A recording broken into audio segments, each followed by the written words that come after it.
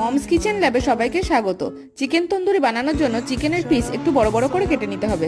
তারপর ছুরির সাহায্যে একটু চিড়ে চিড়ে নিতে হবে যাতে সমস্ত মশলা চিকেনের ভেতরে ঢোকে।